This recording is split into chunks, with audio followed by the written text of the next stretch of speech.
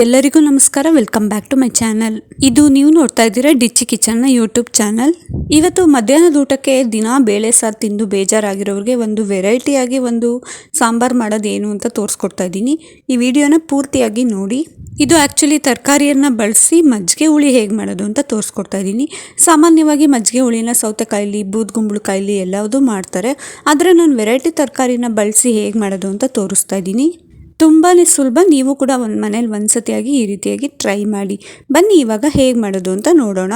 ಮೊದಲಿಗೆ ಇಲ್ಲಿ ಒಂದು ಪಾತ್ರೆ ಇಟ್ಕೊಂಡಿದ್ದೀನಿ. ಅಂದರೆ ನಾವು ಯಾವ ಪಾತ್ರೆಯಲ್ಲಿ ಮಾಡ್ತೀವೋ ಅದೇ ಪಾತ್ರೆ ಇಟ್ಕೊಂಡಿದ್ದೀನಿ. ಅದಕ್ಕೆ ನಾನಿಲ್ಲಿ ತರಕಾರಿನ ಬಳಸ್ತಾ ಇದ್ದೀನಿ. ತರಕಾರಿ ನಾನು ಏನೇನು ಹಾಕ್ಕೊಂಡಿದ್ದೀನಿ ಅಂತಂದರೆ ಹೂಕೋಸು, ತೊಂಡೆಕಾಯಿ ಮತ್ತು ಬೀನಿಸ್ನ ನೀಟಾಗಿ ಕಟ್ ಮಾಡಿಬಿಟ್ಟು ರೆಡಿ ಮಾಡಿಬಿಟ್ಟು ಹಾಕ್ಕೊಳ್ತಾ ಇದ್ದೀನಿ. ನೀವು ಯಾವ ತರಕಾರಿ ಬೇಕಾದರೂ ಬಳಸ್ಬೋದು, ತುಂಬಾ ಚೆನ್ನಾಗಿರುತ್ತೆ. ಬೆಂಡೆಕಾಯಲ್ಲೂ ಮಾಡ್ತಾರೆ, ಆಮೇಲೆ ಬೀನ್ಸಲ್ಲೂ ಮಾಡ್ತಾರೆ, ತೊಂಡೆಕಾಯಲ್ಲಿ ಮಾಡ್ತಾರೆ. ಮಜ್ಜಿಗೆ ಹುಳಿನ ಯಾವುದ್ರಲ್ಲಿ ಬೇಕಾದರೂ ಮಾಡ್ಬೋದು, ಸಖತ್ತಾಗಿರುತ್ತೆ. ನಾನು ವೆರೈಟಿಯಾಗಿ ಮಿಕ್ಸ್ ಹಾಕಿ ಅಂದರೆ ಹೂಕೋಸು, ತೊಂಡೆಕಾಯಿ, ಬೀನಿಸ್ನ ಹಾಕಿ ಹೇಗೆ ಮಾಡೋದು ಅಂತ ತೋರಿಸ್ತಾ ಇದ್ದೀನಿ ನಿಮಗೆ. ಇವಾಗ ತರಕಾರಿ ಎಲ್ಲ ಹಾಕಿದಾದ್ಮೇಲೆ ಅದು ಮುಳುಗುವಷ್ಟು ನೀರನ್ನ ಸೇರಿಸ್ಬೇಕು. ನೀವು ಕುಕ್ಕರಲ್ಲಿ ಬೇರೆ ಒಂದ್ಸತಿ ಕೂಗಿಸ್ಕೊಂಡು ಕೂಡ ನೀಟಾಗಿ ಮಾಡ್ಕೊಬೋದು. ಅಂದರೆ ಕುಕ್ಕರ್ ಬಳಸ್ತಾ ಇರೋರು ಈ ರೀತಿಯಲ್ಲಿ ಪಾತ್ರೆಯಲ್ಲಿ ಮಾಡುವಾಗ ಈ ರೀತಿಯಾಗಿ ಮಾಡ್ಕೊಬೋದು. ಇವಾಗ ಇದಕ್ಕೆ ರುಚಿಗೆ ತಕ್ಕಷ್ಟು ಉಪ್ಪು ಎಷ್ಟು ಬೇಕೋ ಅಷ್ಟನ್ನು ಸೇರಿಸ್ಕೊಂಡು ನೀಟಾಗಿ ಮಿಕ್ಸ್ ಮಾಡಿಕೊಂಡು ಸುಮಾರು ಒಂದು 3 ನಿಮಿಷ ಚೆನ್ನಾಗಿ ಕುದಿಸ್ಕೊಬೇಕಾಗುತ್ತೆ. ಅದು ಒಂದು 3/4% ಚೆನ್ನಾಗಿ ಬೆಂದರೆ ಸಾಕಾಗುತ್ತೆ. ಇವಾಗ ಇದನ್ನು ಬೇಯಕ್ಕೆ ಇಟ್ಬಿಟ್ಟು ಆ ಕಡೆ ನಾನು ರುಬ್ಬೋದಕ್ಕೆ ರೆಡಿ ಮಾಡ್ಕೊಂಡ್ಬಿಡ್ತೀನಿ. ಆವಾಗ ಒಟ್ಟಿಗೆ ಈಸಿಯಾಗಿ ಮಾಡ್ಬೋದು ಅಂತ ಅಷ್ಟೇ. ಇವಾಗ ರುಬ್ಬೋದಕ್ಕೆ ಒಂದು 3/4 ಚಮಚ ಆಗೋಷ್ಟು ಜೀರಿಗೆನ ಹಾಕಬೇಕು. ಮಜ್ಜಿಗೆ ಹುಳಿಗೆ ಮೇಯ್ನ್ ಬೇಕಾಗಿರೋದು ಜೀರಿಗೆ ಮತ್ತು ಕಡಲೆಬೇಳೆ. ನಾನಿಲ್ಲಿ ಕಡಲೆಬೇಳೆ ಒಂದು 1/4 ಕಪ್ ಆಗೋಷ್ಟು ನೆನೆಸ್ಬಿಟ್ಟು ಅದನ್ನು ಕೂಡ ಸೇರಿಸ್ತಾ ಇದ್ದೀನಿ. ಅದಾದಮೇಲೆ ಒಂದು 2-3 ಇಂಚ್ ಆಗೋಷ್ಟು ಶುಂಠಿನ ಸೇರಿಸಬೇಕು. ಆಮೇಲೆ ಒಂದು 3 ಹಸಿಮೆಣ್ಸಿನ್ಕಾಯಿ ಹಾಕಬೇಕು. ಆ್ಯಕ್ಚುಲಿ 4 ಹಾಕಿದ್ದೆ, ಸ್ವಲ್ಪ ಖಾರ ಜಾಸ್ತಿ ಆಗುತ್ತೇನೋ ಅಂತೇಳಿ ಒಂದು 3 ಹಾಕ್ತಾ ಇದ್ದೀನಿ. ಒಂದನ್ನು ವಾಪಸ್ ತೆಗಿತಾ ಇದ್ದೀನಿ.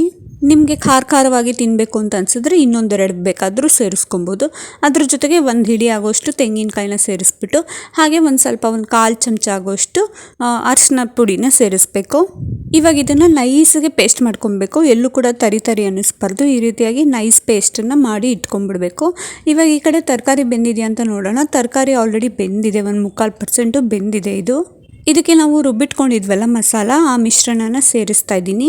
ನೋಡಿ, ಆ ಮಿಶ್ರಣನ ಸೇರಿಸಿದಾದ್ಮೇಲೆ ಅದೇ ಮಿಕ್ಸಿ ಜಾರ್ಗೆ ನಾನು ಒಂದು 1/4 ಲೀಟ್ರು ಮಜ್ಜಿಗೆ ಆಗೋಷ್ಟು ನೀಟಾಗಿ ಮತ್ತೆ ಮಿಕ್ಸಿ ಮಾಡಿಕೊಂಡು ಅದನ್ನು ಕೂಡ ಸೇರಿಸ್ತಾ ಇದ್ದೀನಿ. ನಾನಿಲ್ಲಿ ತೊಗೊಂಡಿರುವಂತಹ 1/4 kg ತರಕಾರಿಗೆ 1/4 ಲೀಟ್ರು ಮೊಸರು ಬೇಕಾಗುತ್ತೆ. ಬರೀ ಮೊಸರನ್ನೇ ಹಾಕಿದ್ರೆ ಸ್ವಲ್ಪ ಅದು ಒಂಥರ ಪೌಡ್ರ್ ಥರ ಆಗಿಬಿಡುತ್ತೆ ಅಂದ್ಬಿಟ್ಟು ಅದನ್ನು ನೀಟಾಗಿ ಮಿಕ್ಸಿ ಮಾಡಿಕೊಂಡು ಅದನ್ನು ಕೂಡ ಸೇರಿಸ್ತಾ ಇದ್ದೀನಿ. ನೀವು ಬೇಕಂದರೆ ಮನೆಯಲ್ಲಿ ಮಜ್ಜಿಗೆ ಇದ್ದರೆ ಅದನ್ನು ಕೂಡ ಒಂದು 1/4 ಲೀಟ್ರು ಸೇರಿಸ್ಬೋದು.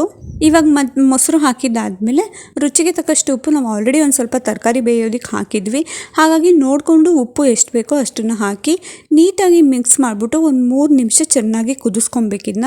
ಕುದಿಯೋ ಹಂತದಲ್ಲಿ ಮಾಮೂಲಿ ಕೊನೆಯಲ್ಲಿ ಒಗ್ಗರಣೆ ಹಾಕೋದು, ಸಾಸಿವೆ, ಕರ್ಬೇವಿನ ಸೊಪ್ಪು ಮತ್ತು ಇಂಗನ್ನ ಸೇರಿಸ್ಬಿಟ್ಟು ನೀಟಾಗಿ ಒಗ್ಗರಣೆ ಮಾಡಿಟ್ಬಿಟ್ಟು ಅದನ್ನು ಕೂಡ ಹಾಕ್ಬಿಡ್ಬೇಕು. ಇವಾಗ ಇದನ್ನು ಒಂದು 3 ನಿಮಿಷ ಚೆನ್ನಾಗಿ ಕುದಿಯೋದಕ್ಕೆ ಬಿಡೋಣ. ಅಲ್ಲಿಗೆ ರೆಡಿ ಆಗಿರುತ್ತೆ. ಸುಮಾರು ಒಂದು 5-6 ನಿಮಿಷದಲ್ಲೇ ಈ ರೀತಿಯಾಗಿ ತರಕಾರಿನ ಸೇರಿಸಿ ಮಜ್ಜಿಗೆ ಹುಳಿನ ಮಾಡ್ಕೊಬೋದು. ನೋಡಿದ್ರಲ್ಲ, ಇವಾಗ ಕುದ್ದಿದ್ದು ಆಯಿತು. ಕೊನೆಯಲ್ಲಿ ಸ್ಟವ್ನ ಆಫ್ ಮಾಡಿಬಿಟ್ಟು ಮಾಮೂಲಿ ಡೆಕೋರೇಷನ್ಗೆ ಒಂದು ಸ್ವಲ್ಪ ಲಾಸ್ಟಲ್ಲಿ ಕೊತ್ತಂಬರಿ ಸೊಪ್ಪನ್ನು ಉದುರಿಸ್ಬಿಟ್ರೆ ಆಯಿತು. ಸಖತ್ತು ಟೇಸ್ಟಿಯಾಗಿರೋ ತರಕಾರಿನ ಬಳಸಿ ಹೇಗೆ ಮಜ್ಜಿಗೆ ಹುಳಿ ಮಾಡೋದು ಅಂತ ತೋರಿಸ್ಕೊಟ್ಟಿದ್ದೀನಿ. ಈ ವಿಡಿಯೋ ಇಷ್ಟ ಆಗಿದ್ರೆ ಪ್ಲೀಸ್ ಒಂದು ಲೈಕ್ ಮಾಡಿ, ಶೇರ್ ಮಾಡಿ, ಹಾಗೆ ನನ್ನ ಚಾನಲ್ನ ಸಬ್ಸ್ಕ್ರೈಬ್ ಮಾಡ್ಕೊಂಡು ನೋಡ್ತಾ ಇರಿ. Thank you for watching.